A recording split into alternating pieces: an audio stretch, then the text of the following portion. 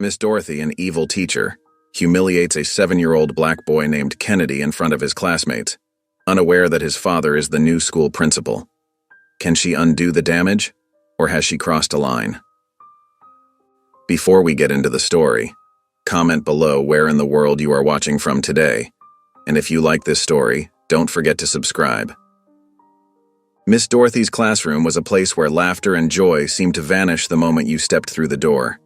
The walls were bare, save for a few stern-looking posters about rules and good behavior. The air felt heavy like a blanket that smothered any spark of creativity or fun. As the children filed in, their usual chatter died down to hushed whispers. Miss Dorothy stood at the front, her lips pressed into a thin line, her eyes scanning the room like a hawk searching for prey. She was tall and thin, with brown hair pulled back so tightly it looked painful. "Sit down and be quiet," she snapped, her voice as sharp as a whip. The kids scrambled to their seats, their eyes wide with fear. In the back of the room, little Kennedy Whitmore tried to make himself as small as possible. He was new to the school, and at only 7 years old, he found Miss Dorothy terrifying. His dark skin stood out in the mostly white classroom, making him feel even more alone. Kennedy's desk was messy, and he frantically tried to straighten his papers before Miss Dorothy noticed. But it was too late. "Kennedy Whitmore," Miss Dorothy's voice boomed across the room. "What did I say about keeping your desk tidy?" Kennedy's lower lip trembled. I'm sorry, Miss Dorothy. I was just trying to—" "No excuses," she cut him off. "Come up here and show the class how to properly organize your desk." Kennedy's legs felt like jelly as he walked to the front of the room. His classmates watched with sympathy in their eyes, but no one dared to speak up. They knew better than to challenge Miss Dorothy. As Kennedy fumbled with his papers, his hands shaking, Miss Dorothy's frown deepened. "Hurry up, boy. We don't have all day." Tears welled up in Kennedy's eyes, but he blinked them back. He didn't want to cry in front of everyone. He just wanted to do well, to make his new dad proud. But no matter how hard he tried, it never seemed to be enough for Miss Dorothy. When Kennedy finally finished, Miss Dorothy dismissed him with a curt nod. As he walked back to his seat, he caught the eye of his friend, Sarah. She gave him a small, encouraging smile, but quickly looked away when Miss Dorothy glared in their direction. The rest of the morning dragged on, with Miss Dorothy's harsh voice filling the air. Every mistake was met with criticism, every question with impatience. The children sat stiffly in their chairs, too afraid to move or speak unless called upon. For Kennedy, each minute felt like an hour. He tried his best to follow the rules, to sit up straight and pay attention. But Miss Dorothy always seemed to find something wrong. His handwriting wasn't neat enough. He was too slow to answer questions. He fidgeted too much in his seat. By lunchtime, Kennedy's shoulders sagged with the weight of Miss Dorothy's disapproval. As the children lined up to leave the classroom, he hung back, not wanting to risk another scolding for being out of line. The next morning, Principal Bernard Whitmore stood at the entrance of Oakwood Elementary, greeting students with a warm smile as they arrived for the day. His tall, lean figure and kind eyes made him an approachable presence, and the children's faces lit up as they passed by him. "Good morning, Principal Whitmore," a group of third graders chorused. "Good morning, kids." "Have a wonderful day," Bernard replied, his deep voice filled with genuine warmth. As he watched the stream of students, Bernard's heart swelled with pride when he spotted a familiar face in the crowd. Kennedy, his newly adopted son, was walking towards the school, his backpack almost as big as he was. "There's my boy," Bernard said softly, his eyes crinkling at the corners. Kennedy looked up and saw his dad. For a moment, his shy demeanor melted away, replaced by a bright smile that lit up his whole face. He quickened his pace, nearly running the last few steps. "Dad!" Kennedy exclaimed, wrapping his arms around Bernard's waist. Bernard knelt down, meeting Kennedy at eye level. "Hey, champ, ready for another day?" Kennedy's smile faltered a bit. "I guess so," he said, his voice barely above a whisper. Bernard's heart ached at the uncertainty in his son's voice. He knew Kennedy was still adjusting to his new life, new family, new school, new everything.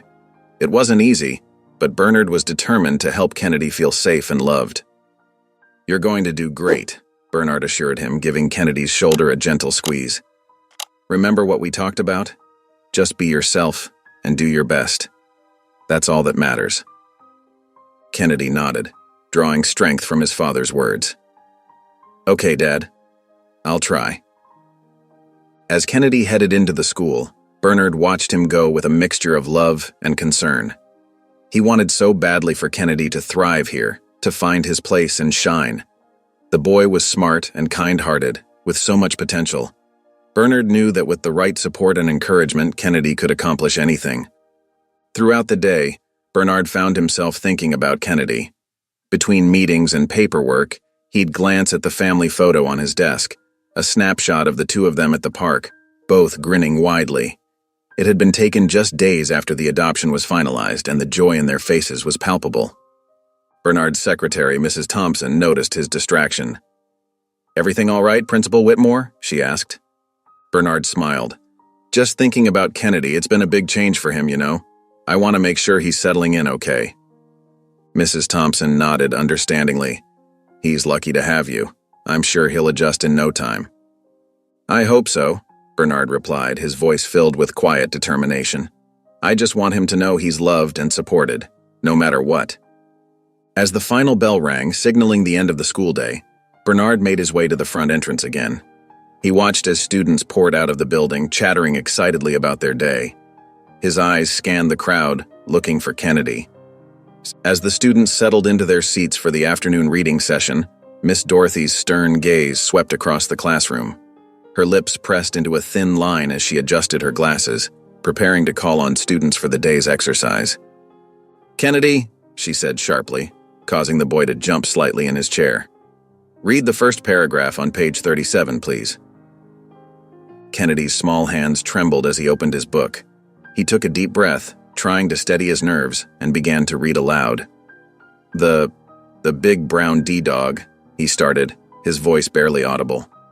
"Speak up," Miss Dorothy snapped. "We can't hear you mumbling back there." Kennedy flinched at her harsh tone but tried again, raising his voice slightly. "The big brown dog ran across the—" He paused, stumbling over an unfamiliar word. Miss Dorothy's impatience was palpable. "Well?" "We're waiting, Kennedy." Meadow?" Kennedy guessed, his voice quivering with uncertainty. Miss Dorothy's face darkened. "It's Meadow, you foolish boy. How many times do we have to go over this?" She strode to Kennedy's desk, snatching the book from his hands. "This is third-grade material, and you can barely read it. Are you even trying, or are you just lazy?" Tears welled up in Kennedy's eyes as he shrank back in his seat. The other students watched in uncomfortable silence, some averting their eyes, others exchanging worried glances. I'm sorry," Kennedy whispered, his lower lip trembling. "Sorry doesn't cut it," Miss Dorothy continued, her voice dripping with disdain. "At this rate, you'll never catch up. You're hopeless." The cruel words hung in the air, and Kennedy couldn't hold back his tears any longer. They streamed down his face as he buried his head in his arms on the desk, his small shoulders shaking with silent sobs. The classroom was eerily quiet. No one dared to move or speak. The tension was thick enough to cut with a knife as Miss Dorothy glared at Kennedy's hunched form. Some of Kennedy's classmates looked at each other, their faces a mix of shock and sympathy. A few seemed on the verge of speaking up, but fear of Miss Dorothy's wrath kept them silent. The normally cheerful atmosphere of the classroom had been replaced by a heavy, oppressive silence. Kennedy's spirits, once buoyed by his father's morning encouragement, now lay in shattered pieces around him. The cruel words echoed in his mind, reinforcing his deepest fears about not being good enough, not belonging. In that moment, all the progress he had made in adjusting to his new life seemed to crumble away, leaving him feeling more alone than ever. As the afternoon sun filtered through the classroom windows, Principal Bernard Whitmore made his way down the hallway. He had a few spare moments and decided to pay an unexpected visit to Kennedy's class. A small smile played on his lips as he thought about surprising his son with his presence. Approaching the classroom, Bernard slowed his steps, not wanting to disrupt the lesson. He reached the doorway and peered inside, his eyes immediately drawn to Kennedy's small form hunched over his desk. What Bernard saw next made his heart sink. Miss Dorothy loomed over Kennedy, her face contorted with anger as she berated him. The words lazy and hopeless reached Bernard's ears, each one feeling like a physical blow. Bernard's hand tightened on the doorframe, his knuckles turning white. He watched in stunned silence as tears streamed down Kennedy's face, the boy's shoulders shaking with silent sobs. The other students sat frozen in their seats, eyes wide with fear and discomfort. A surge of protective anger welled up inside Bernard. Every fiber of his being wanted to rush into the room and put an end to this cruel display. But years of experience as an educator kicked in, reminding him of the delicate balance required in such situations. Taking a deep breath, Bernard forced himself to remain calm. He knew that bursting in now would only escalate the situation and potentially embarrass Kennedy further. As much as it pained him to see his son suffering, Bernard recognized the need for a more measured approach. Quietly, he stepped back from the doorway, his mind racing. He needed to address this immediately, but in a way that would bring about lasting change. Bernard's thoughts turned to the school's policies on classroom conduct and teacher evaluations. There had to be a way to use these tools to ensure this kind of behavior wouldn't continue. As he walked back to his office, Bernard's heart ached for Kennedy.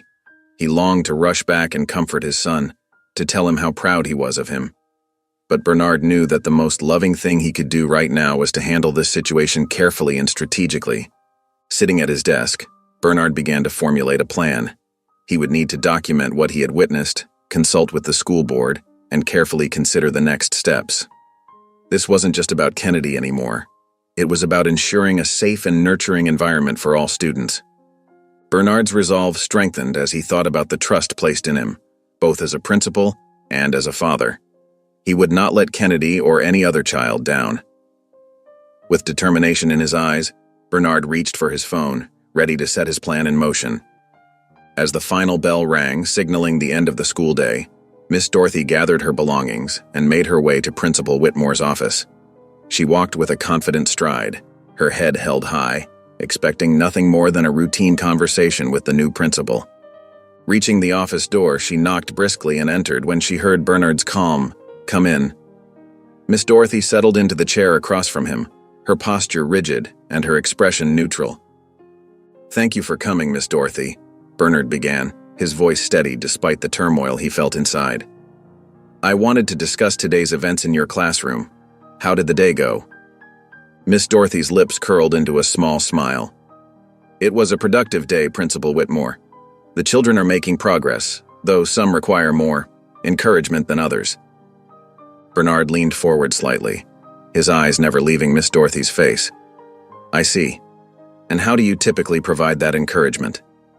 "I have high standards, Principal Whitmore," Miss Dorothy replied, her tone becoming slightly defensive. "I believe in pushing the students to reach their full potential.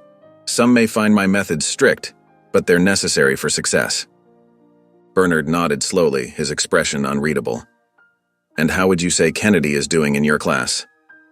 At the mention of Kennedy's name, Miss Dorothy's posture stiffened even more. "Kennedy. Well, he struggles more than most. I'm afraid he's not keeping up with the rest of the class. He needs to be pushed harder if he's going to succeed." "Pushed harder?" Bernard echoed, his voice carefully controlled. "Can you elaborate on that? How exactly do you push Kennedy to succeed?" Miss Dorothy's eyes narrowed slightly, sensing a shift in the conversation. "I don't coddle him, if that's what you're asking. He needs to learn that the world won't make exceptions for him. I point out his mistakes so he can correct them and do better." "I see," Bernard said, his tone neutral. "And do you believe that calling a student lazy or hopeless is an effective teaching method?" Miss Dorothy's face paled slightly, but she quickly regained her composure. "Principal Whitmore, I assure you that any words I use are meant to motivate the students. Sometimes they need a firm hand to guide them." Bernard leaned back in his chair, his gaze steady. "Miss Dorothy, I want you to know that I value honesty and transparency in this school. Is there anything else you'd like to share about your interactions with the students, particularly Kennedy?" Miss Dorothy's face paled further, her eyes widening as she realized the implications of Bernard's question. She stammered, trying to find the right words to defend herself. I assure you, Principal Whitmore, my methods are strictly professional. I treat all students equally," she said, her voice wavering slightly. Bernard took a deep breath, his calm demeanor masking the turmoil within. "Miss Dorothy, "There's something you should know," he said softly. "Kennedy is my adopted son." The words hung in the air like a heavy curtain. Miss Dorothy's mouth fell open, her face a picture of shock and horror. She felt as if the ground had suddenly disappeared beneath her feet. Your son?" she whispered, her voice barely audible. Bernard nodded, his eyes never leaving hers. "Yes, my son. And I witnessed your interaction with him today." Miss Dorothy's mind raced, desperately trying to process this new information. She had humiliated the principal's child, and he had seen it all. Her hands began to tremble as she gripped the arms of her chair. "Principal Whitmore, I had no idea," she stammered, her earlier confidence evaporating. "You must understand, I never meant to—" She paused, realizing her mistake in admitting any wrongdoing. Quickly, she tried to backtrack. "What I mean is, my treatment of Kennedy was not malicious. I simply have high expectations for all my students." Bernard listened patiently, his expression unreadable. When Miss Dorothy finished speaking, he leaned forward, his voice firm but controlled. "I appreciate your explanation, Miss Dorothy. However, I cannot condone any behavior that demeans or discourages our students, regardless of who they are or who their parents might be." Miss Dorothy nodded frantically, her eyes darting around the room as if searching for an escape. Of course. I completely understand. I assure you, it won't happen again." Bernard stood up, signaling the end of the meeting. "Thank you for your time, Miss Dorothy. We'll continue this discussion later. For now, please reflect on our conversation and consider how we can create a more positive learning environment for all our students." Miss Dorothy rose shakily to her feet, her legs feeling weak beneath her. She mumbled a quick, "Thank you," and hurried towards the door, her mind reeling from the unexpected turn of events. As she exited the office, Miss Dorothy felt utterly unsettled. The weight of her actions and their potential consequences pressed heavily on her shoulders. She walked down the empty hallway, her footsteps echoing in the silence, wondering what would happen next. Kennedy trudged up the driveway, his small shoulders slumped under the weight of his backpack. The afternoon sun cast long shadows across the lawn, mirroring the dark cloud that seemed to hover over the little boy. As he reached for the doorknob, it swung open, revealing Bernard's warm, welcoming smile. "Hey there, champ," Bernard greeted, his voice filled with love. "How was your day?" Kennedy's eyes dropped to the ground, his lower lip quivering slightly. "It was okay," he mumbled, stepping inside. Bernard's heart ached as he watched his son shuffle past. He gently closed the door and followed Kennedy to the living room, where the boy plopped down on the couch, hugging a throw pillow to his chest. "You know, Kennedy," Bernard said softly, sitting beside him, "it's okay if your day wasn't great. We all have tough days sometimes." Kennedy looked up at his father, his eyes brimming with unshed tears. "Miss Dorothy said I was lazy and hopeless," he whispered, his voice cracking. Bernard felt a surge of anger at Miss Dorothy's cruel words, but he kept his expression calm and loving. He wrapped an arm around Kennedy's shoulders, pulling him close. "Oh, buddy," he sighed, "I'm so sorry you had to hear that, but I want you to know something very important." He gently tilted Kennedy's chin up, meeting his gaze. "You are not lazy, and you are certainly not hopeless. You are smart, kind, and so very loved." A single tear rolled down Kennedy's cheek. "Really?" he asked, his voice small and uncertain. "Really," Bernard affirmed, wiping away the tear with his thumb. "No matter what happens at school or anywhere else, you will always be loved and valued here at home. I'm so proud to be your dad, Kennedy." Kennedy's lips quivered into a small smile, and he leaned into his father's embrace. They sat there for a while, Bernard's steady presence a comforting anchor for the troubled boy. "How about we make your favorite dinner tonight?" Bernard suggested, ruffling Kennedy's hair. "Spaghetti and meatballs sound good?" Kennedy nodded, his smile growing a little wider. "Can I help?" "Of course," Bernard chuckled. "I need my top chef assistant, after all." As they moved to the kitchen together, Bernard noticed that while Kennedy seemed more relaxed, there was still a hint of hesitation in his eyes. He knew his son might not be ready to share everything he was feeling just yet, but he was determined to be there whenever Kennedy was ready to open up. The next morning, Miss Dorothy arrived at school earlier than usual, her steps quick and nervous as she made her way to her classroom. Her hands trembled slightly as she unlocked the door, glancing over her shoulder as if expecting Principal Bernard to appear at any moment. As she settled at her desk, Miss Dorothy's mind raced with worry. What if Bernard decided to fire her? How could she have known Kennedy was his son? She took a deep breath, trying to calm her frayed nerves. When the students began to file in, Miss Dorothy's eyes immediately found Kennedy. The boy seemed smaller somehow, more withdrawn. She felt a pang of guilt, quickly followed by a surge of defensiveness. She had to maintain her authority after all. "Good morning, class," she said, her voice clipped and cold. "Take your seats quietly, please." As the lesson began, Miss Dorothy found herself hyper-aware of every interaction with Kennedy. She avoided calling on him, her gaze skipping over his raised hand.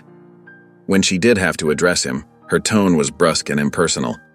"Kennedy, please read the next paragraph," she instructed, her voice devoid of warmth. Kennedy stood, his voice barely above a whisper as he stumbled through the text.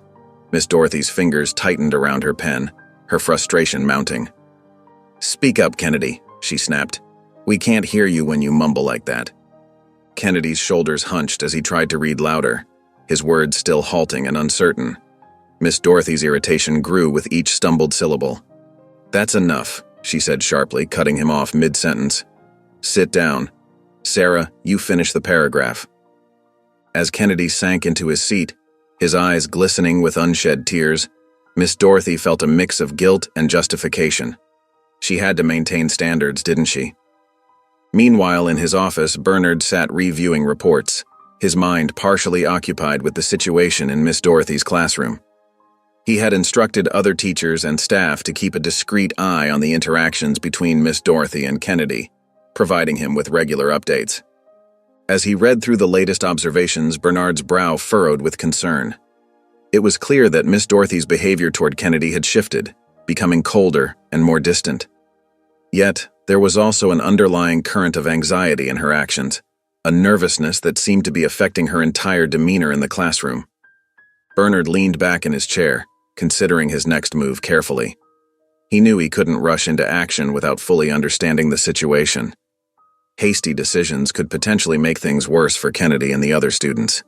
As the days passed, Miss Dorothy's paranoia grew like a thorny vine, wrapping itself around her thoughts and actions. Every time she caught a glimpse of Principal Bernard in the hallway or saw him talking with other teachers, her heart raced. She convinced herself that he was watching her every move, waiting for her to make a mistake. In her classroom, Miss Dorothy's behavior became increasingly erratic. She'd snap at students for the smallest infractions, her voice sharp and eyes darting nervously around the room. But it was Kennedy who bore the brunt of her anxiety-fueled hostility. "Kennedy," she called out one morning, her tone cold and clipped. "Come to the board and solve this math problem." Kennedy hesitated, his small frame seeming to shrink even further as he slowly made his way to the front of the class. His hand shook as he picked up the chalk, and he stared at the problem, his mind going blank with fear. "Well?" Miss Dorothy prompted impatiently. "We're waiting." Kennedy's lip trembled as he tried to focus on the numbers, but they swam before his eyes. He could feel the weight of his classmates' stares, could almost hear their silent pity. I don't know," he whispered, his voice barely audible. Miss Dorothy's lips thinned into a hard line. "Of course you don't," she said, her words dripping with disdain. "Sit down, Kennedy. Maybe if you paid more attention in class instead of daydreaming, you'd be able to keep up with your peers." As Kennedy shuffled back to his seat, head bowed and cheeks burning with shame, Miss Dorothy felt a twinge of guilt. But she quickly pushed it aside, justifying her actions to herself. She had to maintain high standards, didn't she? It wasn't her fault if some students couldn't meet them. Yet even as she tried to convince herself of her righteousness, a part of her knew she was wrong.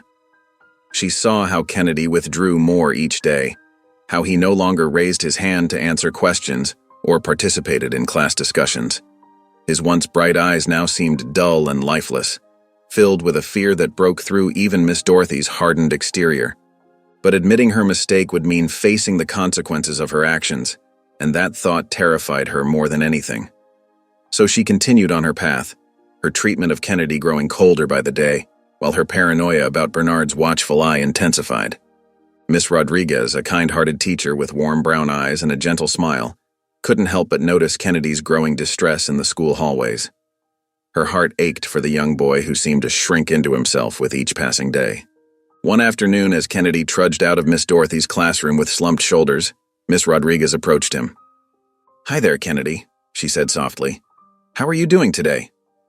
Kennedy looked up, surprised by the gentle tone. "I'm okay," he mumbled, not quite meeting her eyes. Miss Rodriguez knelt down to his level. "You know it's all right if you're not feeling okay. Sometimes school can be tough. Would you like to talk about it?" Kennedy hesitated, then gave a small nod. Miss Rodriguez guided him to a quiet corner of the hallway, where they sat on a bench together. "I can't do anything right," Kennedy whispered, his voice trembling. "Miss Dorothy always says I'm not trying hard enough." Miss Rodriguez's heart broke for the little boy. "Oh, Kennedy," she said, her voice full of warmth. "You are trying. I can see how hard you work. Sometimes we all need a little extra help, and that's okay." From that day on, Miss Rodriguez made it her mission to support Kennedy. She'd offer him encouraging smiles in the hallway and sometimes stopped by Miss Dorothy's classroom to help out, always making sure to give Kennedy some positive attention. During lunch breaks, Miss Rodriguez invited Kennedy to her classroom, where she'd help him with his homework. She used colorful stickers and gentle praise to boost his confidence. "Look at how well you solved that problem, Kennedy," she'd exclaim, her eyes twinkling with pride. "You're making great progress." Slowly but surely, Kennedy began to blossom under Miss Rodriguez's care. His smiles, though still shy, became more frequent, and he started to participate more in class activities. However, Miss Dorothy didn't miss the change in Kennedy, or the reason behind it. She watched with narrowed eyes as Miss Rodriguez chatted with Kennedy in the hallway, her lips pressed into a thin line of disapproval. One day, as Miss Rodriguez was leaving Miss Dorothy's classroom after helping out, Miss Dorothy called out to her. "Miss Rodriguez," she said, her voice clipped, "I appreciate your enthusiasm, but I must ask you not to coddle my students. They need to learn to stand on their own 2 feet." Miss Rodriguez paused, taken aback by Miss Dorothy's harsh tone. "I'm just trying to help, Miss Dorothy. Every child learns differently, and sometimes a little extra support can make all the difference." Miss Dorothy's eyes flashed with anger. "I've been teaching for longer than you've been alive, Miss Rodriguez. I think I know what's best for my students." As Miss Rodriguez walked away, she could feel Miss Dorothy's glare burning into her back. She knew she was treading on dangerous ground, but the thought of Kennedy's growing smile gave her the courage to continue her support, no matter the consequences. Bernard Whitmore sat in his office, his brow furrowed in concentration. The weight of Kennedy's sadness and Miss Dorothy's harsh treatment weighed heavily on his heart. As a father, he wanted to protect his son. As a principal, he knew he had to approach this delicate situation with care and fairness. With a deep sigh, Bernard picked up his phone and dialed the number of Mrs. Johnson, a parent who had expressed concerns about Miss Dorothy in the past. "Mrs. Johnson, this is Principal Whitmore. I hope I'm not disturbing you," he said, his voice warm but serious. "Not at all, Principal Whitmore. Is everything okay?" Mrs. Johnson replied, concern evident in her tone. Bernard chose his words carefully. "I'm conducting a confidential inquiry into some concerns that have been raised about one of our teachers. I understand you've had some issues with Miss Dorothy in the past. Would you be willing to share your experiences with me?" As Mrs. Johnson recounted her story, Bernard listened intently, jotting down notes. His heart sank as he heard echoes of Kennedy's struggles in Mrs. Johnson's words. Over the next few days, Bernard discreetly reached out to other teachers and parents. He scheduled casual meetings in his office, careful not to raise suspicion. Each conversation added another piece to the puzzle, painting a troubling picture of Miss Dorothy's behavior over the years. Mr. Wilson, a fellow teacher, spoke in hushed tones as he sat across from Bernard. "I've seen her single out certain students, Principal Whitmore. It's uncomfortable to watch. But she's been here so long, I wasn't sure if I should say anything." Bernard nodded, his face a mask of professional calm even as his heart raced with concern. "Thank you for your honesty, Mr. Wilson.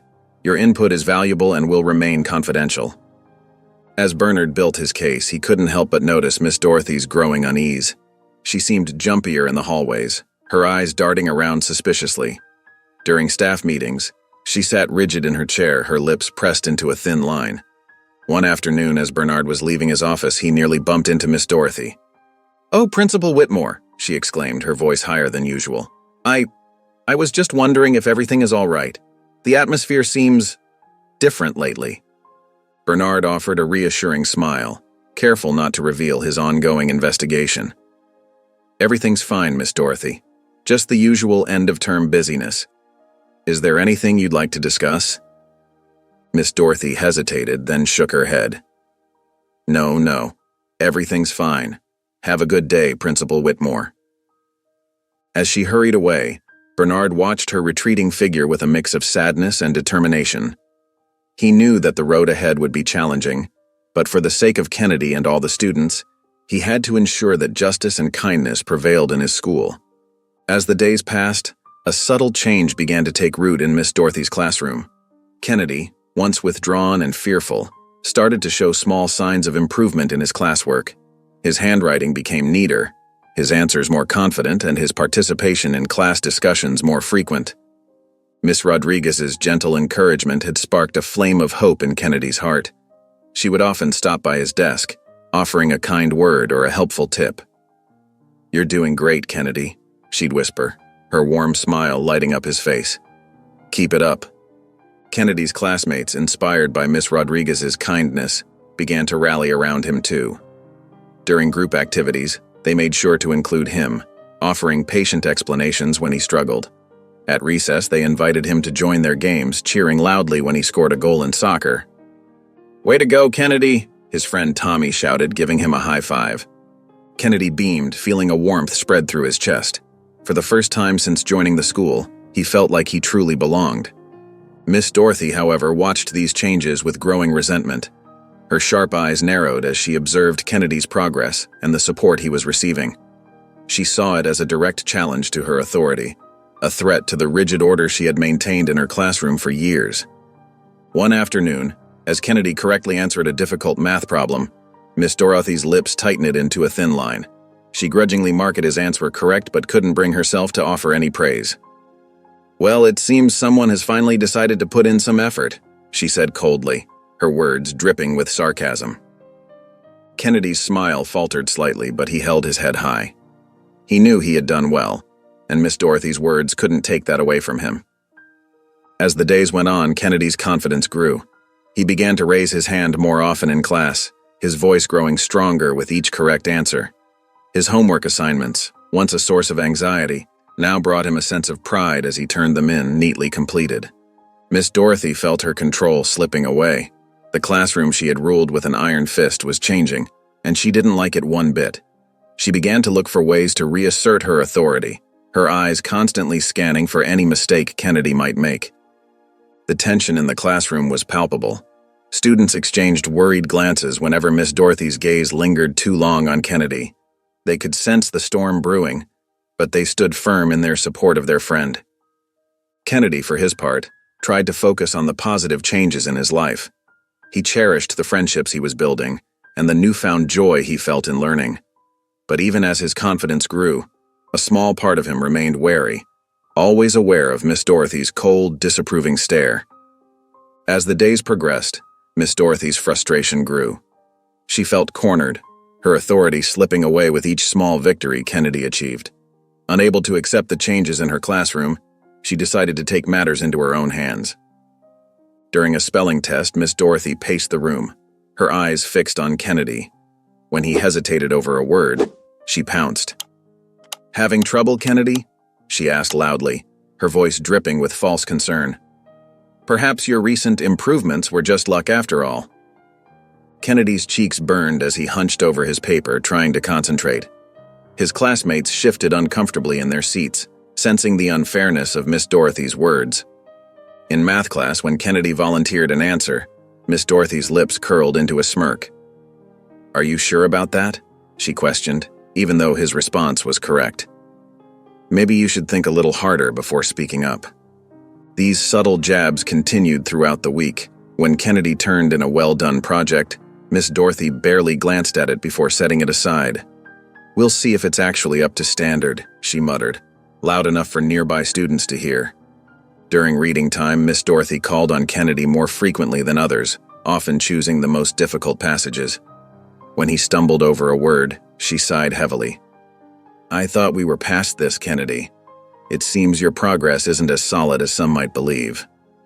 Kennedy tried to stay strong, reminding himself of how far he'd come. But Miss Dorothy's constant negativity began to wear him down. His shoulders slumped a little more each day, and the bright smile that had begun to emerge started to fade. His friends noticed the change. "Don't listen to her, Kennedy," Tommy whispered during lunch. "You're doing great."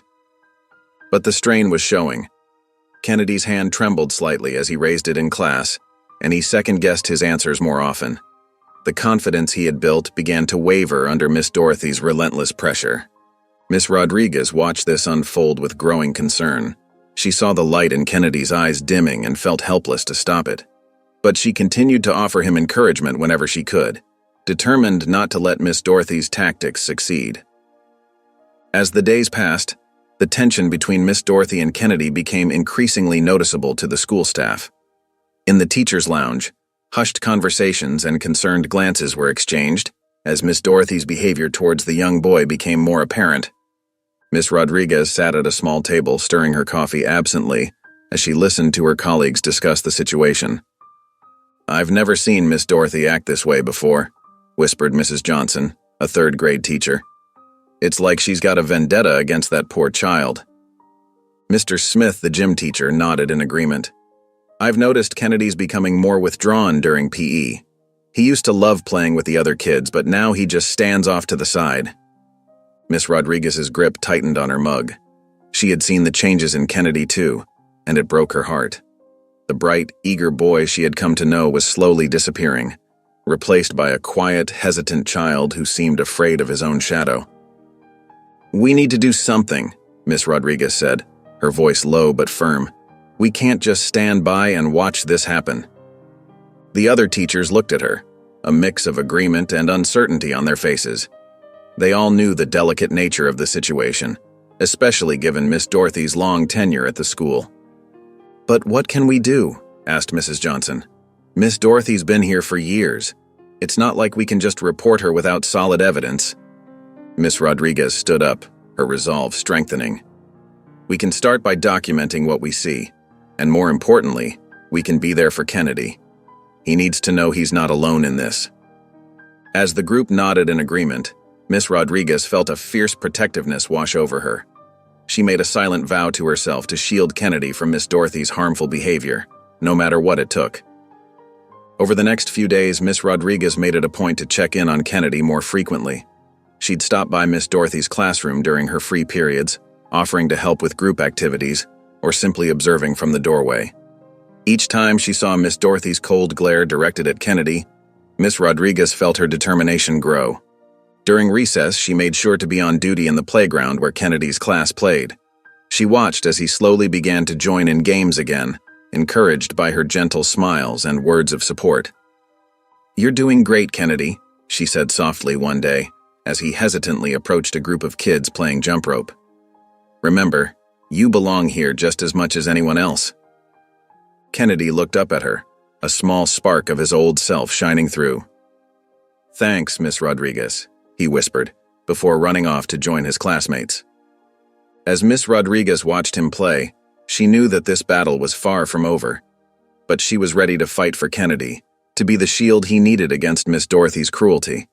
She wouldn't let this bright, deserving child be dimmed by one teacher's prejudice and spite. As the weeks passed, Bernard's investigation into Miss Dorothy's behavior grew more intense. He meticulously documented every incident reported to him, creating a thick file of complaints and testimonies. Each new piece of evidence added to the weight on his shoulders, knowing that the situation was far more serious than he had initially thought. One afternoon, as Bernard sat in his office reviewing the latest reports, there was a knock at his door. It was Mrs. Thompson, a parent he had spoken to earlier in the week. "Come in, Mrs. Thompson," Bernard said, gesturing to the chair across from his desk. Mrs. Thompson sat down, her face etched with worry. "Principal Whitmore." I wanted to follow up on our conversation about my daughter, Emily. Things have gotten worse. Bernard leaned forward, his brow furrowed with concern. Can you tell me what's happened? Mrs. Thompson's eyes welled up with tears. Emily came home crying yesterday. She said Miss Dorothy called her stupid in front of the whole class when she couldn't solve a math problem. My little girl is afraid to go to school now. Bernard's heart sank. He reached for a tissue box and handed it to Mrs. Thompson. I'm so sorry this happened to Emily. I want you to know that we're taking this very seriously. As Mrs. Thompson left his office, Bernard knew he couldn't delay any longer. He had to confront Miss Dorothy, but he needed to approach the situation carefully. The last thing he wanted was to make things worse for Kennedy or any of the other students. Bernard spent the next few days preparing his case. He organized all the evidence he had gathered, including parent complaints, staff observations, and even anonymous reports from students. The picture it painted was clear. Miss Dorothy's behavior was harmful and needed to be addressed. Despite the mounting pressure to act quickly, Bernard remained patient. He knew that rushing into a confrontation could backfire, potentially giving Miss Dorothy an opportunity to deny the allegations or retaliate against the students. He needed to be strategic to ensure that when he finally confronted her, there would be no room for doubt or escape. As he worked late into the evening, Bernard's thoughts kept drifting to Kennedy. He could see the toll Miss Dorothy's treatment was taking on his son, and it broke his heart. But he knew that by handling this situation properly, he could protect not just Kennedy, but all the students under his care. With a heavy sigh, Bernard closed the file on his desk. He had made his decision. Tomorrow, he would schedule a formal meeting with Miss Dorothy and the school board. It was time to put an end to her harmful behavior once and for all. The day of the class presentations arrived, and the air in Miss Dorothy's classroom was thick with anticipation. Kennedy sat at his desk, fidgeting nervously with the edges of his project board. He had worked tirelessly on this presentation for weeks, staying after school with Miss Rodriguez to perfect every detail. As Miss Dorothy called each student up to present, Kennedy's heart raced faster. He glanced over at Miss Rodriguez, who stood near the back of the room. She gave him an encouraging smile and a subtle thumbs up. Kennedy Whitmore, Miss Dorothy's voice rang out sharp and cold. You're next. With shaky hands, Kennedy picked up his project and made his way to the front of the class. He took a deep breath, just like Miss Rodriguez had taught him, and began to speak. My project is about the solar system, Kennedy started, his voice barely above a whisper. But as he continued, his confidence grew. He pointed to the colorful planets on his board, explaining facts about each one with growing enthusiasm. The class listened intently, captivated by Kennedy's presentation.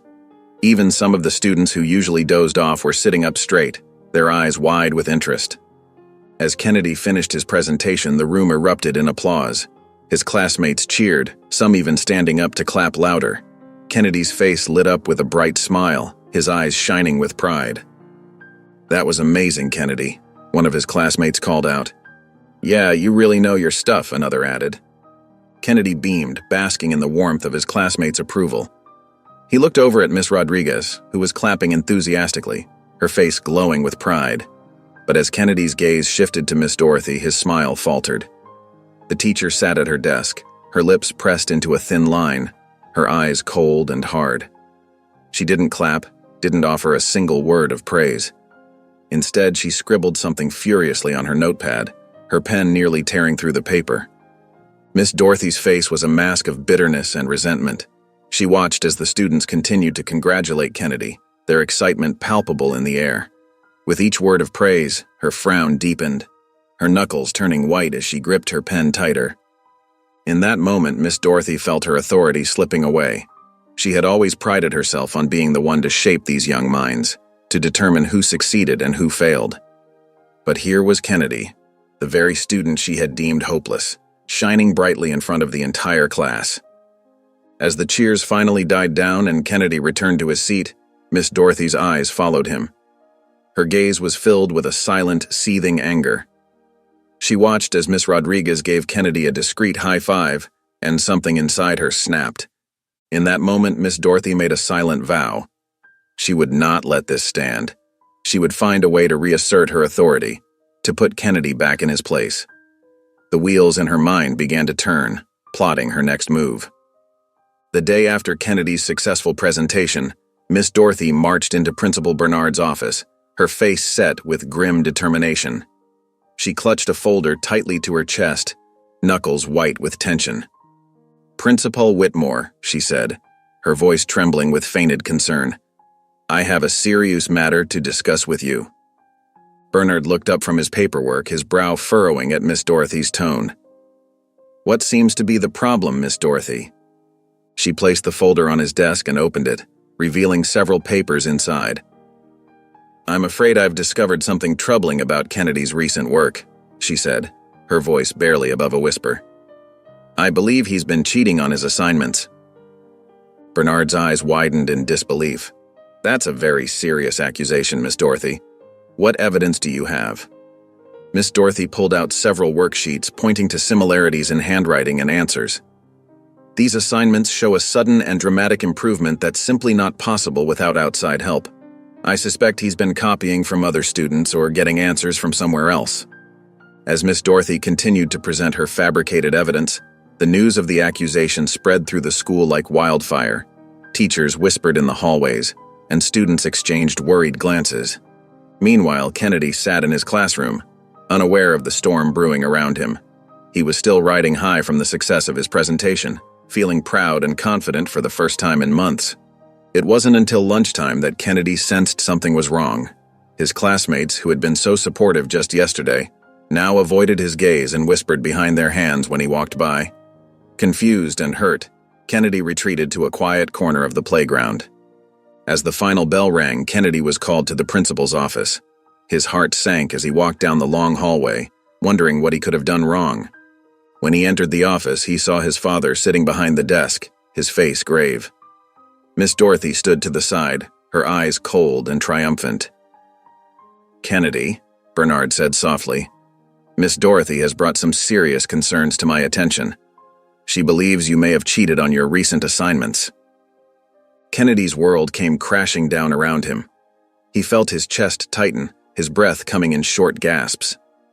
But I didn't cheat," he stammered, tears welling up in his eyes. "I worked really hard. Miss Rodriguez helped me after school. I promise I didn't cheat." Bernard's heart broke as he watched his son's distress. He wanted nothing more than to gather Kennedy in his arms and assure him everything would be all right. But as principal, he had to remain impartial, at least for now. "We'll get to the bottom of this, Kennedy," Bernard said, his voice steady despite the turmoil in his heart. "For now, I need you to go back to your classroom with Mrs. Rodriguez." As Kennedy left the office, his shoulders slumped in defeat, Bernard turned to Miss Dorothy. "We'll need to investigate these claims thoroughly," he said, his tone neutral, but his eyes sharp. Miss Dorothy nodded, a small smile playing at the corners of her mouth. She believed she had finally regained control, unaware that her desperate act would soon lead to her own downfall. The news of the cheating accusation against Kennedy spread quickly, reaching the ears of the school board members. Within days, a special meeting was called to address the situation. The tension in the air was thick as Bernard entered the conference room, his face a mask of calm despite the turmoil in his heart. The board members sat around a large oak table, their expressions grave. Mrs. Harris, the board president, spoke first. "Principal Whitmore, we've called this meeting to discuss the serious allegations against your son, Kennedy." Bernard nodded, his voice steady. "I understand the gravity of the situation, and I assure you that we're conducting a thorough investigation." Mr. Johnson, another board member, leaned forward. "Bernard, we're concerned that your personal relationship with Kennedy might be affecting your judgment in this matter. Can you assure us that you're approaching this objectively?" Bernard felt a pang in his chest, but he kept his composure. "I appreciate your concern," he said carefully. "While Kennedy is my son, I'm committed to handling this situation with the same professionalism I would apply to any student." As the meeting continued, Miss Dorothy was invited to present her case. She entered the room with an air of confidence, clutching her folder of evidence. "Members of the board," she began, her voice dripping with false concern. "I've been teaching for over 30 years and I've never seen such a blatant case of cheating. Kennedy's sudden improvement is simply impossible without outside help. She proceeded to show the board members the assignments she had collected, pointing out what she claimed were clear signs of cheating. "It's a shame," she added, shaking her head. "The boy clearly doesn't deserve the praise he's been receiving." Bernard's jaw clenched at Miss Dorothy's words, but he remained silent, knowing that any outburst would only strengthen the doubts about his objectivity. As the meeting wore on, Bernard found himself in an increasingly difficult position. He knew the truth about Kennedy's hard work and Miss Rodriguez's after-school help, but he couldn't reveal this information without seeming biased. The board members exchanged worried glances, clearly torn between their respect for Bernard and the seemingly compelling evidence presented by Miss Dorothy. Mrs. Harris sighed heavily. "Principal Whitmore, we find ourselves in a delicate situation. Given your personal involvement, we believe it might be best if you recuse yourself from this investigation." Bernard felt as if the wind had been knocked out of him. He opened his mouth to protest, but Mrs. Harris held up a hand. "We know this is difficult, Bernard, but we need to ensure that this matter is handled with complete impartiality." Kennedy sat on the steps outside the school, his small shoulders slumped under the weight of Miss Dorothy's accusations. The warm afternoon sun couldn't penetrate the dark cloud of sadness that hung over him. He picked at a loose thread on his backpack, tears threatening to spill from his eyes. "It's not fair," he whispered to himself, his voice trembling. "I worked so hard." The boy's mind raced with thoughts of the nights he'd spent practicing his reading, the extra time he'd put into his assignments. He remembered the pride he'd felt when his classmates cheered for his presentation. Now it all felt tainted by Miss Dorothy's cruel words. As Kennedy sat there feeling more alone than ever, he heard soft footsteps approaching. He looked up to see Miss Rodriguez, her kind face etched with concern. "May I sit with you, Kennedy?" she asked gently. Kennedy nodded, wiping his eyes with the back of his hand. Miss Rodriguez lowered herself onto the step beside him, her presence warm and comforting. "I heard what happened," she said softly. "I want you to know that I believe in you, Kennedy. I've seen how hard you work, and I know you didn't cheat." Kennedy's lip quivered. But Miss Dorothy said, "Miss Dorothy is wrong," Miss Rodriguez interrupted firmly. "You are a bright, talented boy, Kennedy. Don't let anyone make you doubt that." She reached out and placed a reassuring hand on his shoulder. "Remember how well you did on your presentation? That was all you. Your hard work, your creativity, your bravery in standing up in front of the class." Kennedy felt a small spark of hope ignite in his chest. "Really?" Miss Rodriguez nodded, her eyes shining with sincerity. "Really. And I want you to keep pushing forward, no matter how hard things get. You have so much potential, Kennedy. Don't let anyone dim your light." For the first time that day, a tiny smile tugged at the corners of Kennedy's mouth. Miss Rodriguez's words wrapped around him like a warm blanket, chasing away some of the chill left by Miss Dorothy's accusations. "Thank you, Miss Rodriguez," Kennedy said softly. "You're welcome, Kennedy," she replied, giving his shoulder a gentle squeeze. "Remember, you're not alone in this. I'm here for you, and so are your friends and your dad. We all believe in you." As they sat there on the steps, Kennedy felt a flicker of determination growing inside him. Miss Dorothy's words still hurt, but Miss Rodriguez's faith in him gave him the strength to keep going. He knew the road ahead would be tough, but he wasn't ready to give up just yet. Bernard sat at his desk, his brow furrowed in concentration as he pored over the stack of papers before him. The soft glow of his desk lamp illuminated the testimonies he had gathered, each one a piece of evidence against Miss Dorothy's unfair treatment of students, especially Kennedy. He picked up a letter from Mrs. Johnson, a concerned parent. Her words leapt off the page. "My daughter came home crying because Miss Dorothy called her stupid in front of the entire class." Bernard's heart ached as he imagined the pain those children had endured. Next, he reviewed a statement from Mr. Willow, a fellow teacher. "I've witnessed Miss Dorothy consistently favoring certain students while being overly harsh with others, particularly those from minority backgrounds," it read. Bernard nodded grimly, knowing this pattern all too well. As he organized the documents, Bernard's mind wandered to Kennedy. The image of his son's tear-stained face after Miss Dorothy's false accusation made his chest tighten. He took a deep breath, reminding himself to stay calm and focused. "I have to do this right," he murmured to himself. for Kennedy, and for all the other kids who've suffered silently. Bernard reached for his phone and dialed Miss Rodriguez's number. When she answered, he said, "Thank you for agreeing to speak at the hearing. Your testimony about Kennedy's progress and Miss Dorothy's behavior will be crucial." After hanging up, Bernard leaned back in his chair, feeling the weight of responsibility on his shoulders. He knew the upcoming confrontation with the school board would be challenging. Miss Dorothy had been at the school for years, and some board members might be reluctant to act against her. But as Bernard looked at the photo of Kennedy on his desk, his son's bright smile beaming back at him, he felt a surge of determination. He would fight this battle not just for Kennedy, but for every child who deserved a safe and nurturing learning environment. With renewed energy, Bernard turned back to his work, carefully preparing his presentation for the board. He organized the testimonies, highlighted key points, and practiced his arguments. As the night wore on, Bernard's resolve only grew stronger. "We'll get through this, Kennedy," he whispered to the photo. "I promise."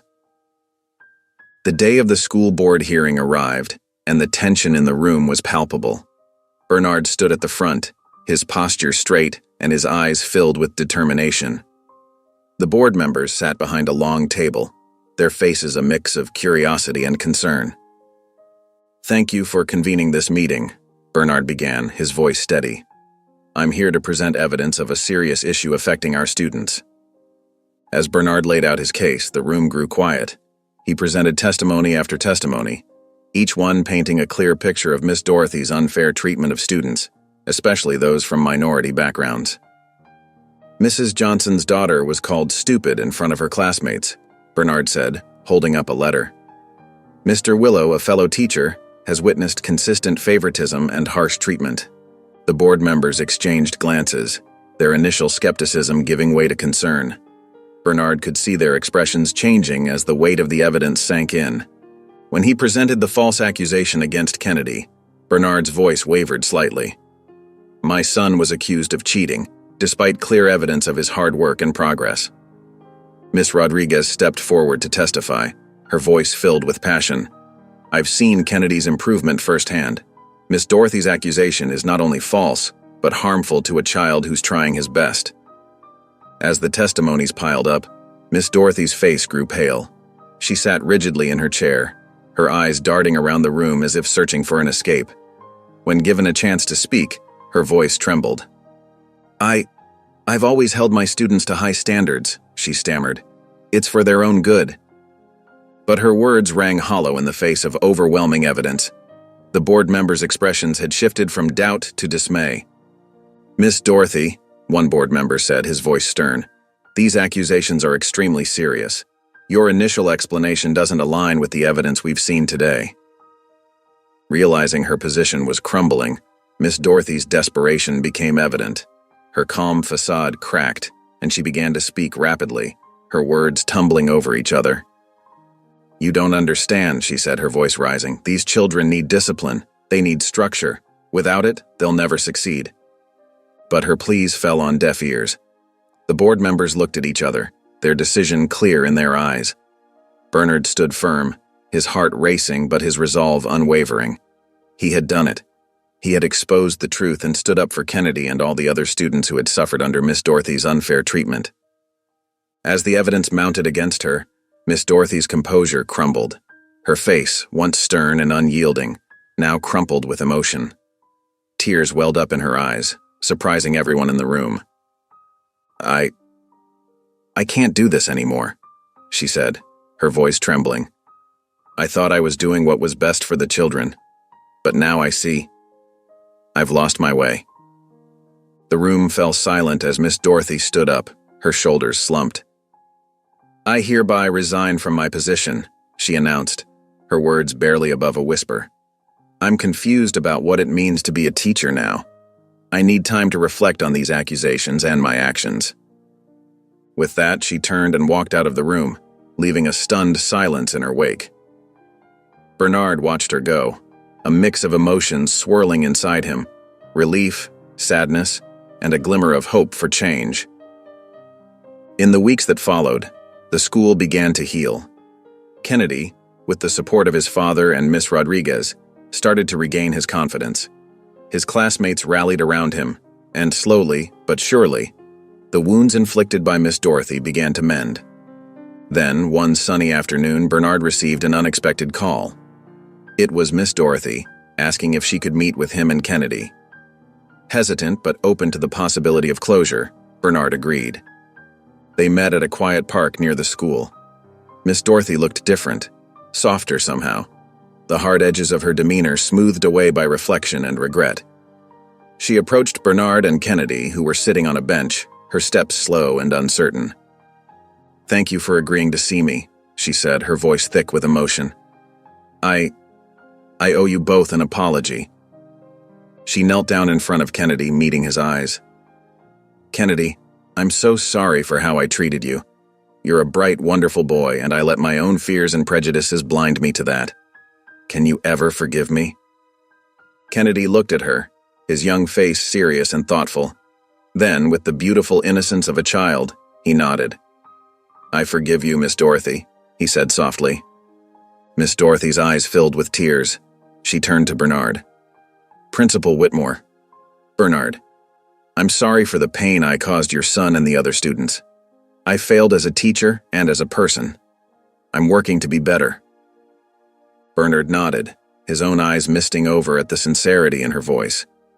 "Thank you, Miss Dorothy. Your apology means a lot, especially to Kennedy."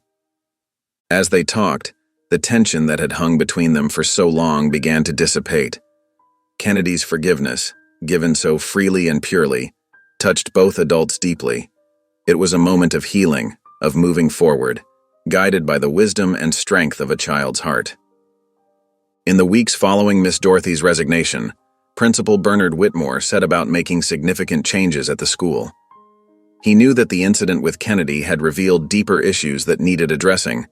With determination and compassion, he began implementing new programs to promote kindness, inclusion, and fairness throughout the school. Bernard called a staff meeting to discuss his plans. "We need to create an environment where every child feels valued and supported," he said, his voice filled with conviction.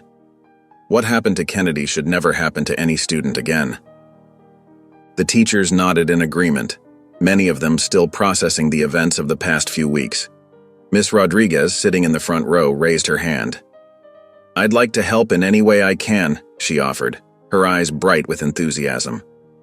Bernard smiled warmly at her. "Thank you, Miss Rodriguez. Your support for Kennedy has been invaluable. I'd like you to take a leading role in these new initiatives." Over the next month, the school underwent a transformation. Colorful posters promoting kindness and inclusion adorned the hallways. Teachers received training on recognizing and addressing bias in the classroom. Students participated in workshops on empathy and understanding differences. Kennedy, once shy and withdrawn, began to blossom in this new environment.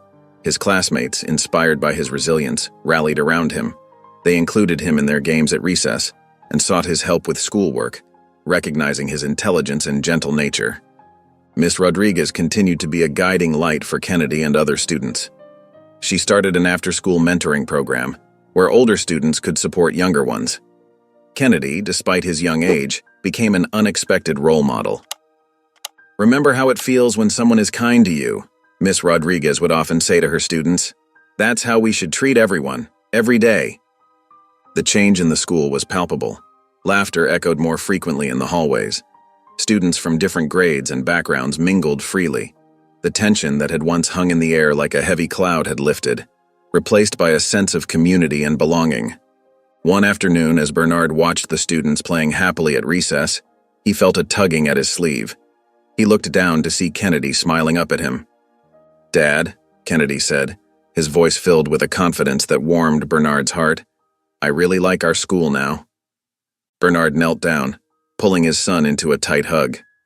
"I'm so glad, Kennedy," he whispered, his voice thick with emotion. "You helped make this happen, you know. Your strength and kindness inspired all of us." As they pulled apart, Bernard saw Miss Rodriguez approaching, a group of students trailing behind her, eager to show Kennedy a new game they had learned. As the school year drew to a close, Principal Bernard Whitmore stood at the podium during the end-of-year assembly, his heart swelling with pride. The auditorium buzzed with excitement, filled with students, teachers, and parents eagerly awaiting the special announcements. "Before we conclude this wonderful year," Bernard began, his voice warm and steady, "I'd like to recognize a student who has shown exceptional courage, resilience, and academic growth." A hush fell over the crowd as Bernard continued. "Kennedy Whitmore, would you please come up to the stage?" Kennedy's eyes widened in surprise. He looked up at Miss Rodriguez, who sat beside him, and she gave him an encouraging nod. With a deep breath, Kennedy stood and made his way to the stage, his steps growing more confident with each passing moment. As Kennedy reached the stage, Bernard placed a gentle hand on his shoulder. "Kennedy has faced challenges this year that would have discouraged many," Bernard said, his voice filled with emotion. "But instead of giving up, he persevered. He showed us all the power of kindness, forgiveness, and hard work." The audience listened intently, many nodding in agreement. Some of Kennedy's classmates cheered, their faces beaming with pride for their friend. "Not only has Kennedy improved academically," Bernard continued, "but he has also become a beacon of positivity in our school community. His courage has inspired changes that have made our school a better place for everyone." Bernard turned to Kennedy, presenting him with a certificate.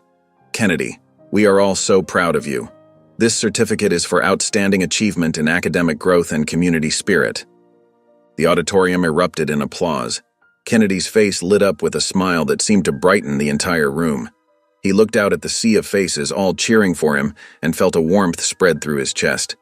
As the applause died down, Kennedy spoke softly into the microphone. "Thank you," he said, his voice trembling slightly. "I couldn't have done it without all of you. Especially you, Dad." Tears glistened in Bernard's eyes as he pulled Kennedy into a tight hug. The audience let out a collective "aw," touched by the tender moment between father and son. As they stepped off the stage, Miss Rodriguez was there to greet them, her eyes shining with pride. "Kennedy," she said, kneeling down to his level, "you've shown us all what it means to be brave and kind. Never forget how special you are."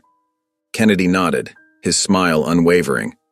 He looked around at his classmates, teachers, and his father, the people who had supported him, believed in him, and helped him grow.